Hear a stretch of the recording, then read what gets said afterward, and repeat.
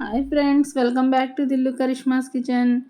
ఈరోజు మన కిచెన్లో మనం చూడబోయే రెసిపీ వచ్చి ఇక్కడ పచ్చి జీడిపప్పు అండ్ చికెన్ కర్రీ.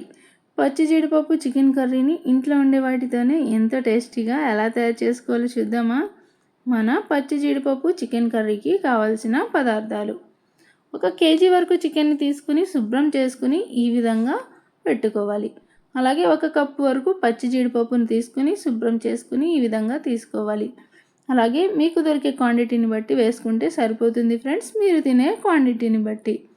అలాగే 2 మీడియం సైజ్ ఉల్లిపాయలని తీసుకుని ఈ విధంగా సన్నగా చాప్ చేసుకుని తీసుకోవాలి. 3 పచ్చిమిర్చి, 2 టేబుల్ స్పూన్ల వరకు అల్లం వెల్లుల్లి పేస్ట్, 2 టేబుల్ స్పూన్ల వరకు ధనియాల పొడిని తీసుకోవాలి. 1 టేబుల్ స్పూన్ వరకు గరం మసాలా, ఒక చిన్న ఎండు కొబ్బరి ముక్క, కాస్త కరివేపాకు.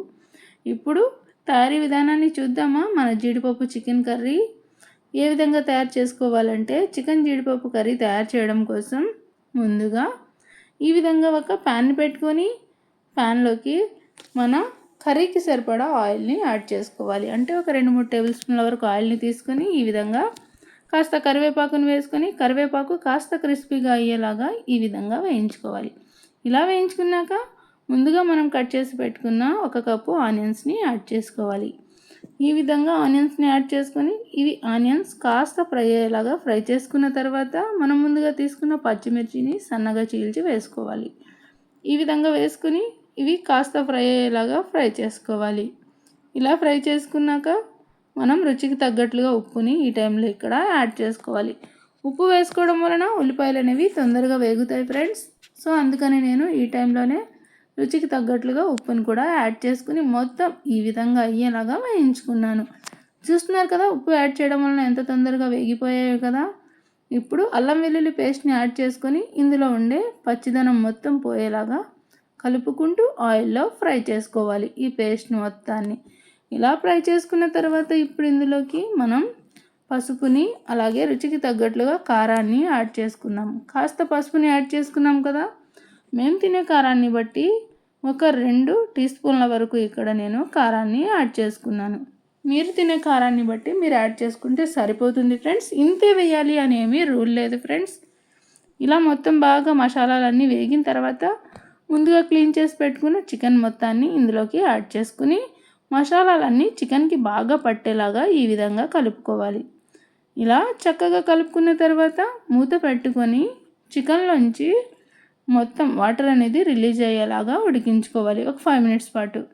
చూస్తున్నారు కదా, చికెన్లోంచి నీళ్ళు అనేవి ఏ విధంగా ఊరుతున్నాయో కదా. ఒకసారి కలుపుకోవాలి. చికెన్ మొత్తాన్ని ఈ విధంగా కలుపుకోవాలి. నీళ్ళు అనేవి ఊరుతున్న టైంలోనే కలుపుకొని ఇప్పుడు ఇందులోకి మనం ముందుగా క్లీన్ చేసి పెట్టుకున్న పచ్చి జీడిపప్పు ఉంది కదా ఫ్రెండ్స్, ఈ పచ్చి జీడిపప్పుని వేసి ఒకసారి కలుపుకోవాలి. ఇప్పుడు ఈ టైంలో పచ్చి జీడిపప్పు అనేది ఎక్కడ పడితే అక్కడ విడిదిగా దొరుకుతూ ఉంటుంది కదా ఫ్రెండ్స్. అలా దొరికినప్పుడు దాన్ని తెచ్చుకొని ఈ విధంగా ఒక్కసారి ప్రిపేర్ చేసుకొని టేస్ట్ అనేది చేయండి ఫ్రెండ్స్. చాలా టేస్టీగా ఉండడంతో పాటు హెల్త్కి కూడా ఈ జీడిపప్పు అనేది చాలా మంచిది.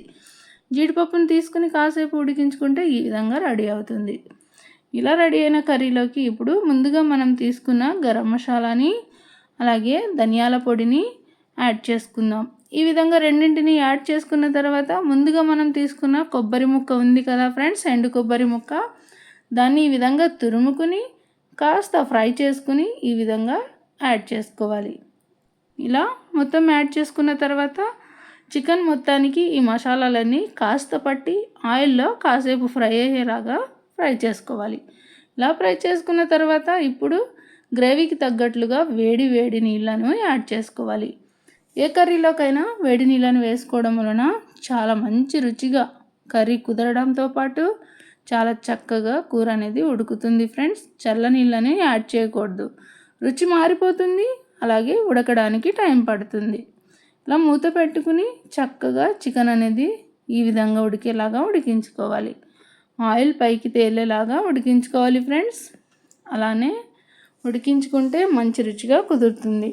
మన ఏ కర్రీ అయినా సరే, ఈ కర్రీ అనే కాదు ఫ్రెండ్స్, ఫైనల్గా ఇందులో కాస్త కొత్తిమీరని యాడ్ చేసుకుని స్టవ్ ఆఫ్ చేసుకుని దించుకున్నామంటే మన వేడి వేడి జీడిపప్పు చికెన్ కర్రీ అనేది సో టేస్టీగా రెడీ అయిపోయింది ఫ్రెండ్స్. ఎంతో చక్కగా అన్నంలోకి కానీ చపాతీలోకి కానీ సర్వ్ చేసుకున్నామంటే మారు మాట్లాడకుండా ఎంజాయ్ చేస్తూ ఇంటిల్లిపాది కూడా తినేస్తారు. సో మీరు కూడా మీకు ఈ సీజన్లో పచ్చి జీడిపప్పు దొరికినప్పుడు ఒక్కసారి ఈ విధంగా ట్రై చేసి టేస్ట్ మీకు ఇలా కుదిరిందో డెఫినెట్గా కామెంట్ చేసి చెప్పండి. అలాగే మీకు ఇంకేమైనా రెసిపీస్ కావాలన్నా డెఫినెట్గా కామెంట్ చేయండి friends. Easy and tasty healthy recipes కోసం దిల్లు కరిష్మాస్ కిచెన్ని ఫాలో అవడం మాత్రం మర్చిపోకండి. మరో మంచి రెసిపీతో మళ్ళీ కలుద్దాం.